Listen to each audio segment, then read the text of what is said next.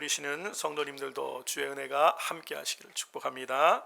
오늘 우리에게 주신 하나님의 말씀 마태복음 16장 13절에서 17절까지 말씀 우리 함께 봉독하겠습니다. 예수께서 가이사랴 빌립보 지방에 이르러 제자들에게 물어 가라사대 사람들이 인자를 누구라 하느냐? 가로되 더러는 세례 요한, 더러는 엘리야, 어떤 이는 예레미야나 선지자 중에 하나라 하나이다. 가라사대 너희는 나를 누구라 하느냐? 시몬 베드로가 대답하여 가로되 주는 그리스도시요 살아계신 하나님의 아들이시니이다. 예수께서 대답하여 가라사대 바요나 시몬아 내가 복이 있도다. 이를 내게 알게 하니는 혈육이 아니요 하늘에 계신 내 아버지시니라. 아멘. 이 말씀은 오늘 우리에게 주시는 하나님의 말씀입니다. 할렐루야. 오늘도 이 주일 예배를 통해서 우리 가운데 함께 하시고 또 성령님 우리 안에 운행하시며 우리 삶을 회복하시고 우리 마음과 심령과 육신을 주의 은혜 가운데 강건하게 붙들어 주실 줄로 믿습니다. 주의 이 넘치는 은혜가 우리 가정과 또 우리 일터와 자녀와 우리 교회 가운데 또 예배드리는 모든 분들 가운데 함께 하시기를 주의 이름으로 축원합니다.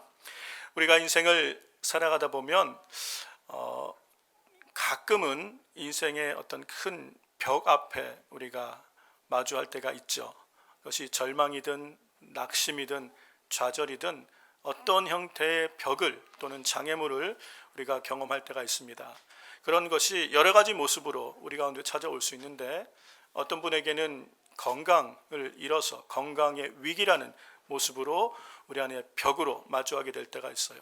평생 감기 한 번 걸리지 않고 건강하게 살았는데 건강을 자신했는데 어느 순간에 내가 어찌할 수 없는 큰 질병을 우리가 마주하게 돼서 그래서 우리 인생의 큰 장애 앞에 우리는 낙심할 수도 있죠. 어떤 분은 큰 어려움 없이 또 불편 없이 지금까지 살아왔는데 예기치 않게 원하지 않는 이런 경제적 위기로 말미암아 또 큰 고통을 받을 수도 있습니다. 또 어떤 분들은 정말 화목한 가정에서 잘 지냈는데 어느 순간에 가정의 위기가 와서 부부관계의 위기가 오든 자녀들 관계의 위기가 오든 가정의 위기를 통해서 우리 인생의 큰 벽을 마주하는, 그래서 때로는 좌절하고 낙심할 수 있고 절망할 수 있는 장애물, 이 벽을 마주하게 될 때가 있어요. 가끔 그럴 때가 있죠. 여러분들의 표정은 저는 전혀 그와 상관없는 것처럼 이렇게 앉아 계시는데 여러분은 평안한 삶을 사셨나 봅니다. 그러나 누구나 인생은 다 이런 벽을 한두 번씩 경험을 하게 됩니다. 그럴 때 우리는 스스로에게 이런 질문을 하게 돼요. 인생이란 게 뭐냐? 산다는 게 뭔가? 이런 질문을 할 수 있어요. 그렇죠. 그런 질문을 통해서 우리는 답을 얻게 되는 경우가 있어요. 그럴 때 우리 삶에 변화가 일어나고 성장이 나타나고 성숙함으로 나갈 수가 있어요. 이것이 지난주에 말씀드린 깨닫게 되면 나타나는 특징들이에요. 그런데 그런 인생의 벽과 위기 앞에서 질문을 가졌지만 그 질문에 답을 찾지 못할 때 어떤 사람들은 삶의 의미를 잃어버리고 삶을 포기하는 경우도 있다는 것이에요. 인생의 장애물, 인생의 벽은 누구나 경험할 수 있어요. 그럴 때 우리 앞에 우리는 질문할 수 있어야 돼요. 여러분, 좋은 질문이 좋은 가르침이에요. 유대인들은 질문을 통하여 가르치지 않습니까?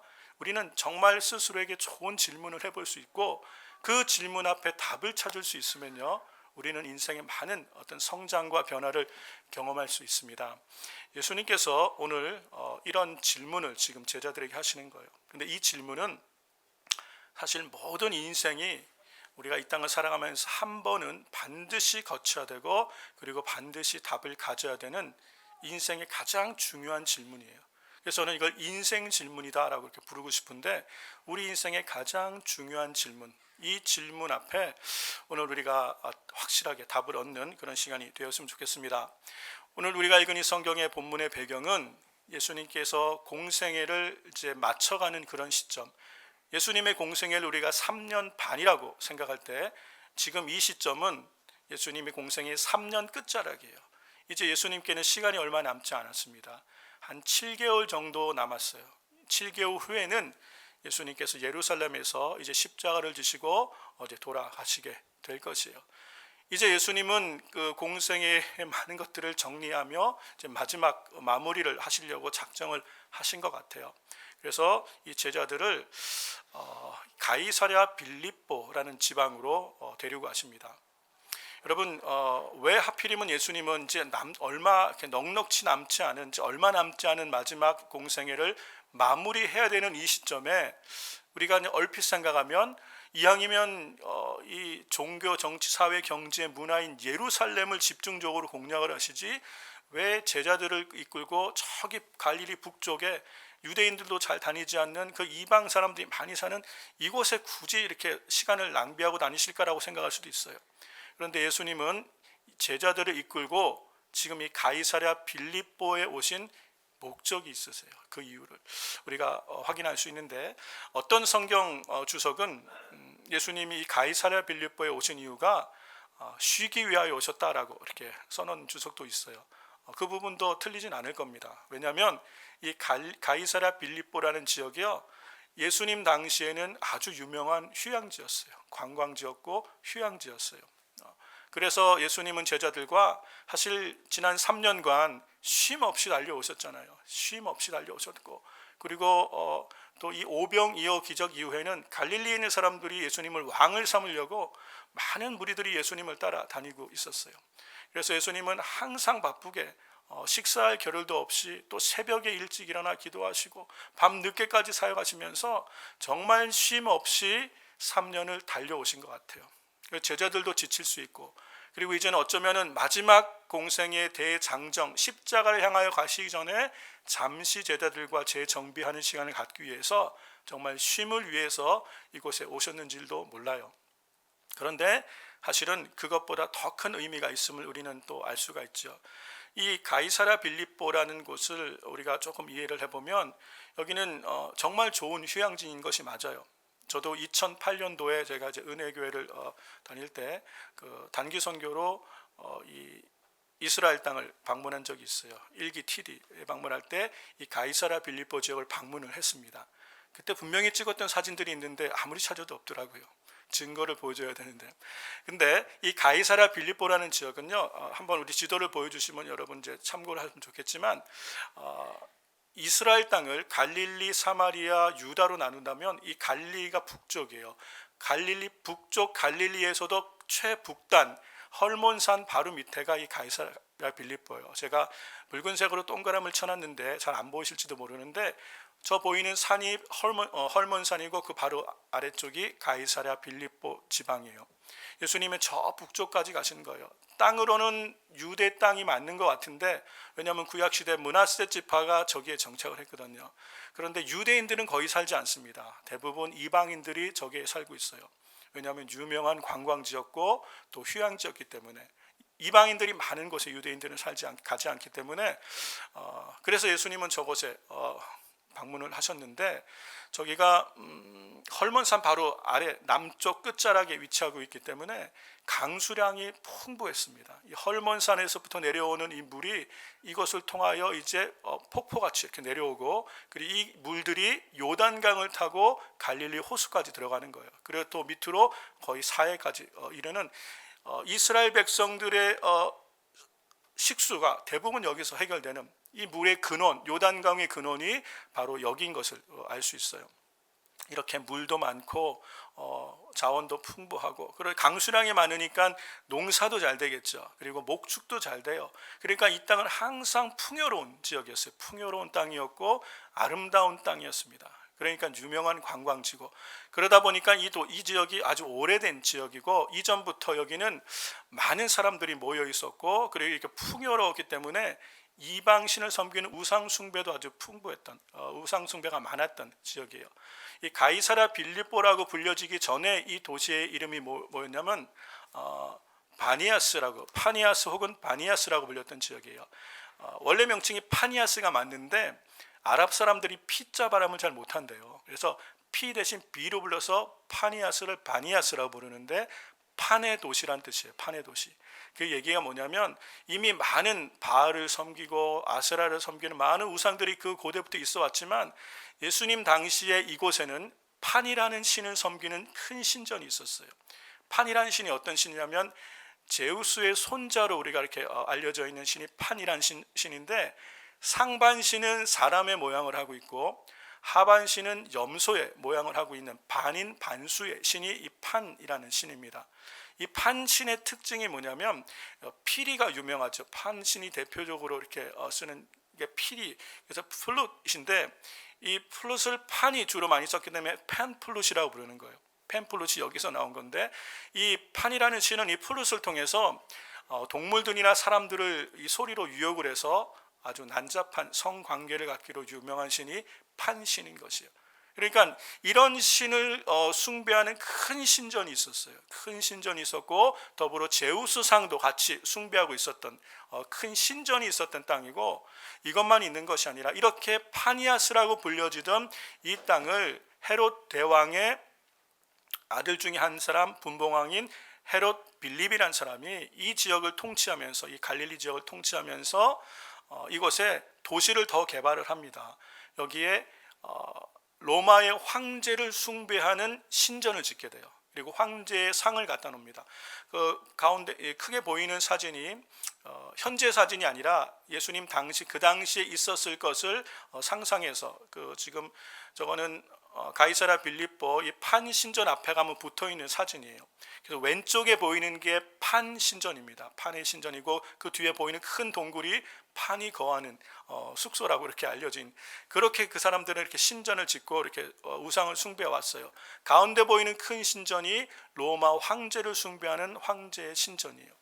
이 당시 1세기에는요 로마 황제 숭배가 아주 극치를 달했어요. 황제를 신으로, 하나님의 아들로 부르고 이렇게 섬겼던, 그렇게 이 헤롯, 분봉왕 헤롯이 그렇게 이 도시를 개발하고 신전을 지은 거예요. 그러면서 도시 이름을 바꾼 거예요. 이 신전, 이 황제의 신전을 지으면서 황제에게 바치는 도시라고 해서 가이사랴라고 이름을 지었는데, 가이사랴는 이름이 다른 곳에도 있잖아요. 그렇죠? 그러니까 여기에 자기 이름도 같이 넣어서 가이사랴 빌립보라는 이름으로 이 도시를 이제 부르기 시작한 거예요. 그러니까 이 도시는 그야말로 온갖 우상 숭배의 근원, 지금 이 팔레스타인 지역 가나안 지역에서는 가장 유명한 관광지고 신전, 거대한 신전이 있고, 무엇보다도 그 당시에 살아있는 권력이었던 황제를 숭배하는 신전이 있는 곳이에요. 그리고 그 옆에는 그 판신의 축제가 막 벌어지는 그런 축제 장소들이에요. 예수님은 제자들을 이곳으로 인도해 온 것이에요. 그러니까 한마디로 뭐예요? 여기는 마치 우리가 유대인들이 볼 수 있는 세상의 중심이 바로 이것과 같은 것이에요. 거대한 우상의 신이 있고, 그리고 여기는 살아있는 권력이 있고 부가 있고 그리고 쾌락이 있고 풍요가 있는 이곳이 바로 이 어디요? 가이사랴 빌립보라는 지역인 것을 알 수 있죠. 예수님은 이곳으로 제자들 이끌어 오셨어요. 이제 7개월 남은 이 짧은 시간을 예수님은 굳이 제자들을 이곳으로 이끌어 오신 것은 여기서 하실 교육이 있으신 거예요. 이제 남은 시간 제자들을 집중적으로 교육하고 훈련하시기 원하시는데, 이곳에서 해야 되는 일이 있으시니까 예수님은 이곳까지 제자를 인도하신 거예요. 단지 여기에 물도 많고 또 휴양지고 그래서 쉬러 오신 것이 예수님의 목적이 아닌 걸 알 수 있습니다. 이것이 바로 이스라엘 북단 끝에 있는 것이고, 예수님은 여기서 시작해서 이제 마지막 예수님의 남은 이 공생의 7개월 십자가를 향해 달려가는 대장정을 출발하신 지점으로 가이사랴 빌립보를 잡으신 거예요. 저 북쪽에서 예수님은 예루살렘으로 내려가시려면 어디를 거쳐야 돼요? 갈릴리 지역을 지나가셔야 되죠. 예수님은 갈릴리 지역을 이제 지나가실 겁니다. 그게 예수님의 마지막 갈릴리 사역이에요. 더 이상 갈릴리로 가지지 않습니다. 이제 끝에서 남쪽 끝인 유다까지 내려오면서 갈릴리를 지나가시고 마지막 통과하시고 사마리아를 통과하시는데 마지막 사마리아를 통과해 가시고, 그리고 베레아에 가셔서 3개월간 마지막 전도 사역을 하시고 예루살렘으로 입성하시면 그게 끝이에요. 예수님의 십자가를 향한 대장정의 끝, 예루살렘을 향한 시작점이 가이사랴 빌립보인 걸 알 수 있습니다. 그래서 예수님은 이것을 암시하기 위해서 이미 마태복음 16장과 17장에 이것을 암시하고 계시는데, 마태복음 16장을 보시면 21절에 예수님이 이런 말씀을 하십니다. 이때로부터 예수 그리스도께서 자기가 예루살렘에 올라가 장로들과 대제사장들과 서기관들에게 많은 고난을 당하고 죽임을 당하고 제3일에 살아나야 할 것을 제자들에게 비로소 가르치시니, 예루살렘은 남쪽에 있고 지금 이 가이사랴 빌립보는 북쪽 끝에 있잖아요. 그런데 올라간다는 표현을 쓰는 이유는 항상 예루살렘이 중심이에요. 그래서 예루살렘을 향하여 가는 것은 올라간다는 표현을 쓰는 거예요. 물론 예루살렘이 굉장히 높은 지대에 있기도 하지만 예루살렘 성전이 있는 지역으로 가기 때문에 올라간다는 표현을 쓰는 거지, 지도상으로는 남쪽에 있는 것이요. 예수님께서 이제 여기서 출발하셔서 비로소 이제 십자가를 향하여 가시는데, 예수님은 이때로부터 당신의 순환과 죽으심을 예고합니다. 이때가 어떤 때냐면, 이후에 예수님이 베드로에게 바로 이 신앙 고백, 이 위대한 신앙 고백을 들으시고 이제 예수님은 십자가의 길을 선포하시는 거예요. 비로소라고 한 얘기는 처음으로라는 의미예요. 예수님은 제자들에게 처음으로 이제 순환과 십자가에 관한 이야기를 꺼내신 곳이 바로 이 가이사랴 빌립보라는 것이에요. 이 얘기는 곧 이제부터는 그 길을 향하여 갈 것을 암시하고 있는 걸 알 수 있죠. 이 16장이 끝나고 17장으로 이어지면 바로 나오는 것이 변화산 사건이 나옵니다. 이 변화산이 바로 이 헐몬산인 것으로 우리가 알 수 있는데, 이 가이사랴 빌립보의 바로 위에 있는 이 헐몬산은 높은 곳으로 올라가셔서 예수님은 변형되시죠. 그리고 그 변형되신 예수님이 엘리야와 모세와 더불어 이야기하는 내용이 나옵니다. 이 병행 구절을 누가복음으로 보면 무슨 얘기를 하셨는지를 알 수 있어요. 누가복음 9장 29절을 세번역 성경으로 보겠습니다. 예수께서 기도하고 계시는데 그 얼굴 모습이 변하고 그 옷이 눈부시게 희어지고 빛이 났다. 그런데 갑자기 두 사람이 나타나 예수와 더불어 말을 하고 있었다. 그들은 모세와 엘리야였다. 그들은 영광에 쌓여 나타나서 예수께서 예루살렘에서 이루실 일, 곧 그의 떠나가심에 대하여 말하고 있었다. 이 변화산에서 제자들은 모세와 엘리야를 보았어요. 모세와 엘리야가 예수님과 함께 이야기하고 있는 걸 보았는데, 무슨 이야기인지는 누가복음은 기록하고 있는 거예요. 곧 이제 예수님께서 예루살렘에 가셔서 이루실 일, 어떤 일이에요? 순환당하시고 십자가를 지시고 부활하실, 죽으심과 부활에 관한 이야기들을 상의하고 있었던 걸 알 수 있어요. 이 얘기가 무슨 얘기예요? 이제는 십자가를 향하여 가시는 그 인생의 여정, 예수님의 사역의 중요한 전환점입니다. 이제는 십자가를 향하여 가시는 길에 이제 그 마지막 여정의 출발을 이곳에서 시작하신다는 의미예요. 이렇게 이 가이사랴 빌립보는 그런 의미를 갖고 있는 중요한 것이에요. 그리고 예수님은 굳이 이곳까지 제자를 데리시고 오신 이유는 바로 이 질문을 하시기 위해서 데리고 오신 걸 볼 수 있어요. 이 질문은 이곳에서만 할 수 있는 질문인 것 같아요. 그렇게 예수님께서 이렇게 제자들을 데리고 오셔서 여기서 중요한 두 가지 질문을 하십니다. 그게 첫 번째 질문이 마태복음 16장 13절에 나와 있는 질문입니다. 우리 같이 읽어볼까요? 예수께서 가이사랴 빌립보 지방에 이르러 제자들에게 물어 가라사대 사람들이 인자를 누구라 하느냐. 네, 사람들은 나에 대해서 무엇이라고 얘기하느냐. 다른 말로 하면 세상은 예수님을 누구라고 생각하느냐, 세상은 예수님에 대해서 어떻게 생각하는지를 지금 물어보는 거예요. 사람들은 나를 뭐라고 하느냐. 그럴 때 제자들이 하는 얘기가 세례 요한이라고도 하고요, 어떤 사람은 엘리야라고도 합니다. 또 혹자는 예레미야가 살아난 것이다 얘기하고 선지자 중에 하나다라고 얘기하는 것이에요. 공통점이 뭐예요? 다 이스라엘 백성들이 존중하는 랍비예요. 위대한 스승이에요. 선지자들이에요. 정말 위대한 선지자들이에요. 세례 요한은 예수님도 언급하셨지만 여인이 낳은 자 중에 가장 큰 자다고 말할 정도로 위대한 선지자예요. 400년이라는 침묵기를 끝내고, 구약의 끝 침묵기를 끝내고 새로운 신약을 열 때에 주님이 보내셔서 하나님의 음성을 전달했던 사람이 세례 요한, 이 침례 요한인 걸 알 수 있어요. 이 세례 요한의 침례를 통해서 많은 사람들이 회개하게 하는 침례를 받고 하나님께로 돌아오게 하는 주의 길을 평탄케 하는 일을 했던 위대한 선지자가 이 요한, 세례 요한인 걸 알 수 있죠. 엘리야는 구약을 대표하는 구약의 선지자고, 예레미야는 남유다의 멸망과 함께 하며 하나님의 뜻을 끝까지 보여주었던 눈물의 선지자인 걸 알 수 있어요. 한 사람 한 사람이 다 존경받는 그런 랍비였고 이스라엘의 스승이었고 그리고 선지자였죠. 사람들은 예수님을 그렇게 알고 있는 것이요, 그분들 중에 하나가 아닐까? 여러분, 예수님을 오해하고 있는 거예요. 그 당시에도 대부분의 많은 사람들은요 예수님을 오해했어요. 여러분, 예수님을 이렇게 아는 것은 예수님과 아무 관계가 없습니다. 아무 관계가 없는 거예요. 구원과 아무 관계가 없는 거예요. 그런데 오늘도 마찬가지란, 오늘도 세상은 예수님을 이 정도로 알고 있어요. 예수님이 누구냐? 그러면 세상은 뭐라고 얘기합니까? 4대 성인 중에 한 분으로 그렇게 가르쳐요, 세상은. 그리고 어떤 분들은 예수님 너무 훌륭하신 분, 아주 박애주의자 그렇게 가리키도 하고, 어떤 분들은 자신의 목적을 가지고 예수님은 인권을 옹호하는 인권주의, 인권 보호자라고 이렇게 하기도 합니다. 어떤 모습으로든 예수님을 얘기하지만 다 좋은 얘기예요. 여러분, 세상은 예수님을 미워하지 않습니다. 예수님에 대해 좋게 평가를 해요.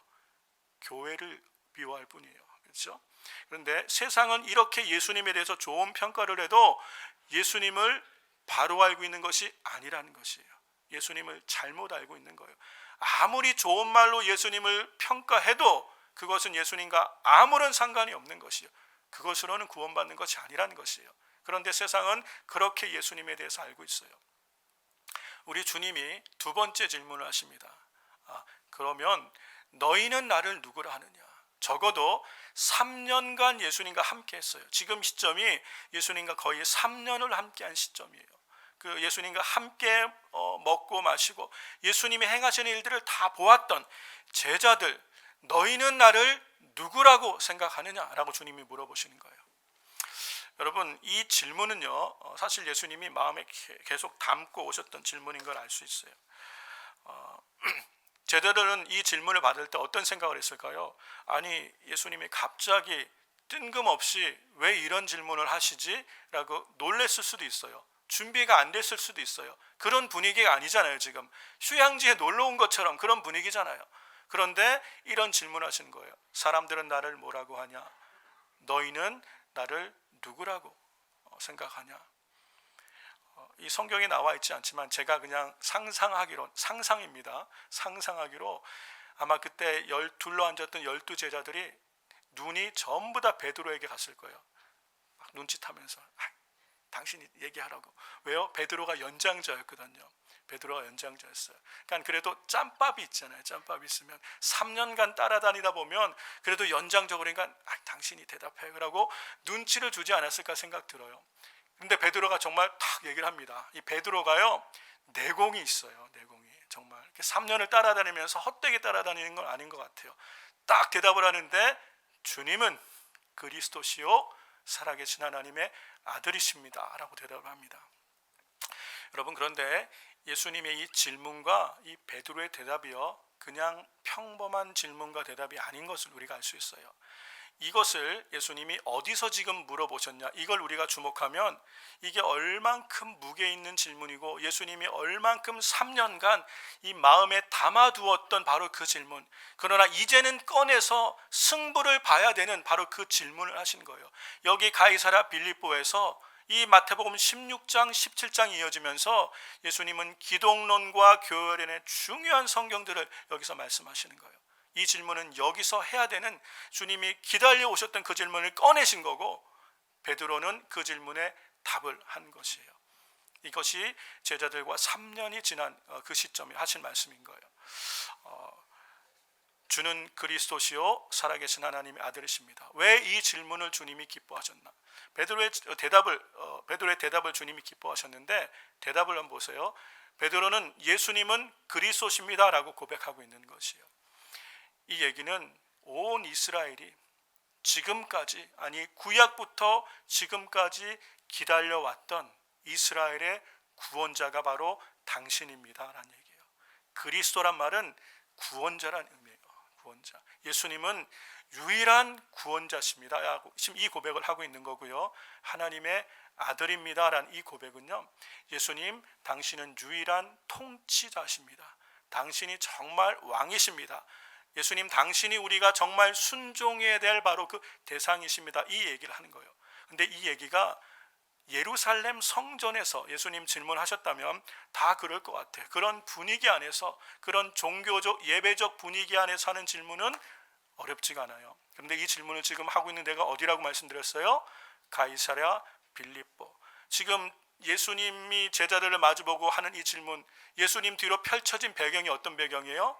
로마의 큰 살아있는 권력인 황제의 신전이 있고, 그리고 온갖 부와 권세를 약속하는 쾌락이 약속하는 세상과 같은 한복판, 그러니까 신전이 있고 어마어마한 신전을 지금 보고 있는 것이고, 지금 실제로 살아있는 권력인 황제의 신상을 보고 있고, 많은 사람들이 쾌락과 즐거움에 향락에 빠져있는 그 모습을 보는, 다른 말로 하면 세상 한복판에서 지금 예수님은 이 질문을 하고 있는 거예요. 우리처럼 이렇게 예배 드리면서 하는 질문이 아니라 여러분이 치열하게 살아가는 세상 한복판에서 이 질문을 하고 있는 것과 똑같은 거예요. 너희는 나를 누구라 하느냐? 이 질문에 베드로가 이 당시 성령 충만했던 것 같아요. 바른 답을 하니까 우리 주님이 너무 기뻐하세요. 주님이 기뻐서 하신 말씀이 마태복음 16장 17절 말씀이죠. 같이 읽어볼까요? 예수께서 대답하여 가라사대 바요나 시몬아 내가 복이 있도다. 이를 내게 하게 하니는 혈육이 아니요 하늘에 계신 내 아버지시니라. 네, 시몬 베드로. 근데 그 앞에 바요나라고 그래요. 근데 요한복음 21장에 보면 요한의 아들 시몬아라고 또 부르시죠. 이름이 다른가라고 생각하는데, 이 바요나라는, 이 바라는 것은 아람어로 아들이란 의미예요. 아들. 그러니까 요나의 아들 시모나라고 지금 부른 거죠. 근데 이 요나라는 이름이 헬라식으로 부르면 요한이 되는 거예요. 같은 이름인 걸 알 수 있어요. 그러니까 요한의 아들 시몬, 이 시몬 베드로의 아버지가 요한이었던 것 같습니다. 요한의 아들 시모나라고 부르시면서 베드로를 부르시며 하는 말씀이 내가 복이 있도다. 너는 복 있는 사람이야 라고 얘기하는 거예요. 할렐루야. 여러분, 베드로는 정말 복 있는 사람이에요. 사랑하는 성도 여러분 정말 복이 무엇이죠? 황제처럼 정말 무소불위의 권력을 가지고 마음껏 권세를 휘두를 수 있는 것, 이러한 삶이 복 있는 삶입니까? 여러분, 아니면 정말 세상의 모든 부를 가지고 내가 원하는 것은 마음껏 무엇이든지 하고 싶은 대로 할 수 있는 경제적 힘을 가지면 이게 복인가요? 복이죠. 복이라고 우리는 세상은 그렇게 알고 쫓아가고 있으니까. 아니면 여러분, 내가 원하는 것은 마음껏 무엇이든지 세상의 모든 즐거움을 누리고 생각하는 건 다 마음껏 누릴 수 있으면 이게 복인가요? 여러분, 우리가 사는 세상은 이게 복이라고 생각해요. 그죠? 지금 이 가이사랴 빌립보는 그 모든 것이 다 있는 곳, 세상 사람들이 정말 성공이라고 생각하는, 추구하는 모든 것이 있는 것이 가이사랴 빌립보예요. 권세가 있습니다. 살아있는 권세예요. 황제의 명령은 절대적이에요. 그 명령을 거역하면 죽음이에요. 그 당시에 하나님의 아들이란 징호는 데비 필로스란 라틴어는 황제에게만 붙여졌던 이름이에요. 하나님의 아들, 신으로 불렸어요. 황제 외에 다른 사람에게 큐리오스라는 단어를 쓰면 죽음이에요. 황제만이 신이고 주고 하나님의 아들이에요. 그런데 예수님을 향하여 큐리오스, 주님이다, 예수님은 하나님의 아들이라, 이 고백은 무슨 고백이에요? 목숨을 내놓는 고백이에요. 목숨을 내놓아야 되는 고백이에요. 이 호칭은 황제에게 드려졌던 호칭이란 얘기예요. 여러분, 이게 가이사랴 빌립보에서 예수님이 제자들에게 하신 질문이라는 것이에요. 이 질문의 무게가 얼마나 큰지를 우리는 알 수 있어요. 그렇죠? 우리가 이렇게 진행생활하면서 교회 안에서 예수님을 고백할 수 있어요. 여러분, 무엇이 진정한 복입니까? 어떤 사람이 복 있는 사람입니까? 바로 이 신앙 고백을 할 수 있는 사람이 복 있는 사람이라는 거예요. 이 신앙 고백이야말로 진정한 복이라는 거예요. 예수님은 나의 유일한 구원자이십니다. 이렇게 고백할 수 있는 사람이 복 있는 사람이에요. 예수님만이 나의 왕이십니다. 예수님만이 내가 순종해야 될 유일한 대상이십니다. 이걸 고백할 수 있는 그 사람이 복 있는 사람이란 얘기예요. 복 받은 사람이란 얘기예요. 주님은 이걸 얘기하고 계시는 거예요. 여러분은 우리는 예수님을 이렇게 고백하고 있죠. 그렇습니까? 예수님께서 만약에 지금 여러분에게 이 질문을 하신다면 여러분 아멘입니다 주님 이렇게 대답하시잖아요. 한번 해볼까요? 너희는 나를 누구라 하느냐? 네, 그렇죠. 맞습니다. 이 고백을 우리는 다 해요. 교회 안에서는 다 해요. 그런데 여러분 만약에 우리가 살아가는 삶의 현장 6일간 살아가는 이 세상의 중심에 치열한 세상의 한복판에서 이 질문이 내게 들려올 때 여러분 우리는 어떻게 하고 있습니까? 이권이 왔다 갔다 하고 큰 돈이 왔다 갔다 하고 여러 가지 중요한 문제가 왔다 갔다 하는 삶의 치열한 현장, 이 현장에서 우리는 이 고백을 그대로 할 수 있습니까?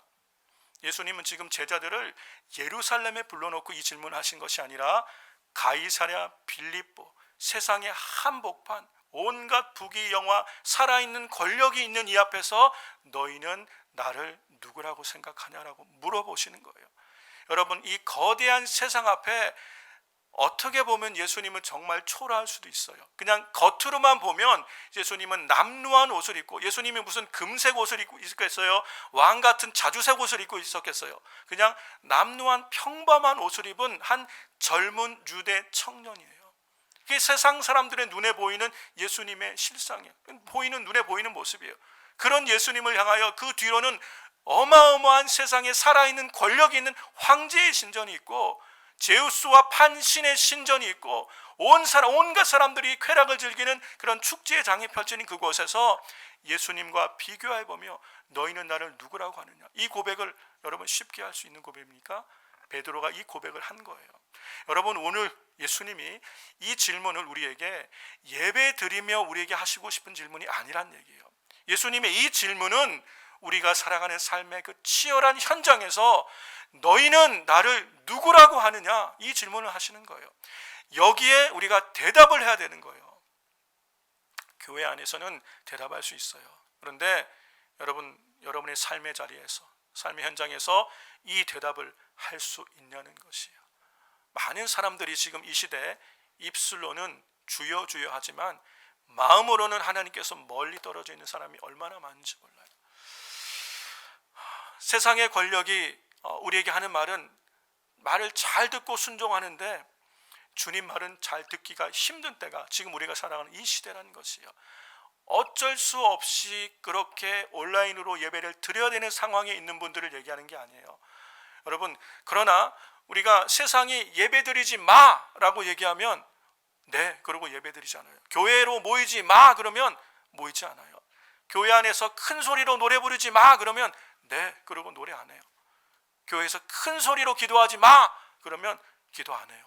그렇게 세상에 살아있는 권력 앞에는 철저하게 우리가 순종할 수 있는데 정말 살아계신 하나님, 정말 내가 하나님의 아들이라고 고백하는 우리 주님의 말씀에는 얼만큼 우리가 순종하고 있냐는 거예요. 여러분, 이 질문이 평화로울 때 그냥 예배 드리면서 주님이 하시는 질문이 아니라는 거예요. 세상의 한복판에서 세상의 중심, 세상의 거대한 힘을 보고 세상의 향락과 쾌락이 가득한 걸 마주하는 그 자리에서 너희는 나를 누구라고 생각하느냐, 답을 하라는 거예요. 이거는 입술로 하는 답을 말하는 게 아니라 삶으로 살아내라고 지금 하시는 답인 걸로 믿습니다. 여러분, 이 질문이 지금 우리에게 주어진 질문이에요.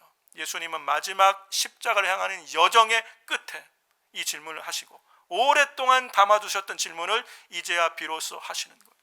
여러분, 주님이 오실 날이 정말 가까웠다고 많은 사람들이 얘기하는데 그 인생의 끝에 우리는 이 질문에 답을 할 수 있어야 된다는 얘기예요. 답을 할 수 있어야 돼요. 여러분은 여러분의 삶의 현장에서 무엇이라고 대답을 하시겠습니까?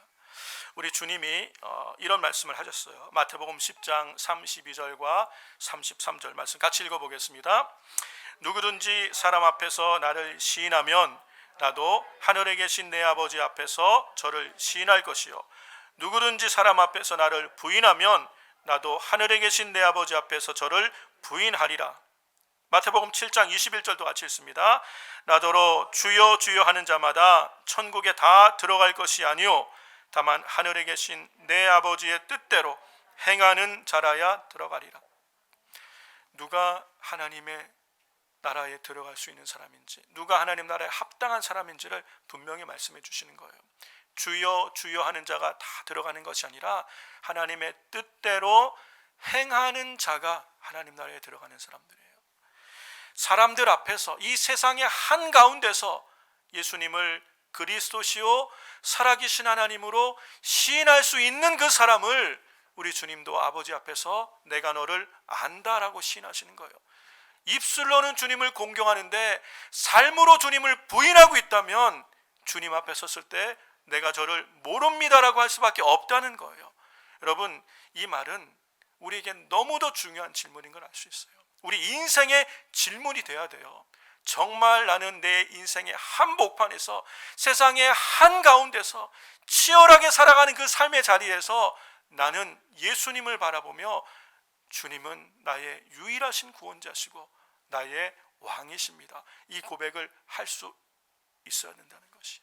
사랑하는 성도 여러분, 이 질문이 여러분의 삶의 자리에 던져질 때 우리는 어떻게 살아가야 되겠습니까? 여러분, 예수님이 이 질문을 하시는 이유가 있어요. 이 질문에 답을 가진 사람만이 끝까지 믿음을 지키고 세상을 이기기 때문이에요. 요한일서 5장 4절과 5절 말씀 읽고 말씀을 마치려고 하는데요. 같이 읽어보겠습니다. 대저 하나님께로서 난 자마다 세상을 이기느니라. 세상을 이긴 이김은 이것이니 우리의 믿음이니라. 예수께서 하나님의 아들이심을 믿는 자가 아니면 세상을 이기는 자가 누구뇨? 여러분, 믿음이 세상을 이기는 거예요. 그 믿음의 실체가 뭐예요? 예수님이 하나님의 아들이신 것, 예수님만이 유일한 내 삶의 구원자이심을 믿고 예수님만이 내가 순종해야 될 유일한 하나님의 아들이심을 믿는 것, 예수님만이 유일한 권세와 통치하고 계심을 믿는 것, 세상에 시퍼렇게 살아있는 권력 앞에서 아니요, 예수님이 진정한 권세입니다, 예수님이 진정한 살아있는 통치자십니다를 고백할 수 있는 사람만이 세상에 굴복지 아니하고 하나님 나라의 삶을 살아낼 수 있는 사람이란 거예요. 이 사람이 교회예요. 교회. 주님은 이 고백이에 내 교회를 세우겠다라고 말씀하신 거예요. 하나님의 교회는 이 믿음의 고백을 하는 사람들이 모임이 교회란 것이에요. 주님은 이 교회를 뭐라고 부르셨어요? 음부의 권세가 이기지 못하리라고 말씀하셨어요.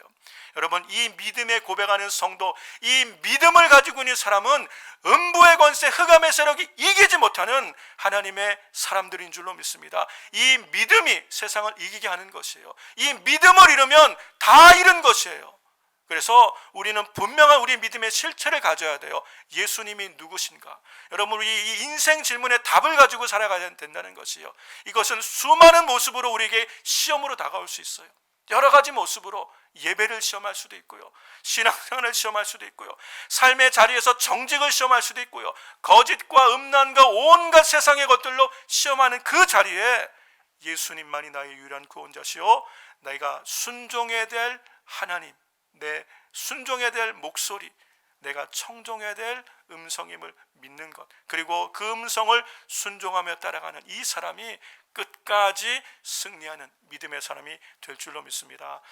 우리 사랑하는 순전하게 모든 성도님들, 이 한 주간 세상 살아가면서 우리가 마주하는 이 모든 현장 속에서 주님이 우리에게 물어보실 때에 너는 나를 누구라 하느냐 물어보실 때에 우리는 삶으로 주는 그리스도십니다, 살아계신 하나님의 아들이십니다, 이 고백으로 우리 주님을 기쁘시게 하며 주님 안에 온전히 거하며 하나님의 영광을 살아가는 우리 모든 성도님 되시기를 주의 이름으로 축원합니다. 우리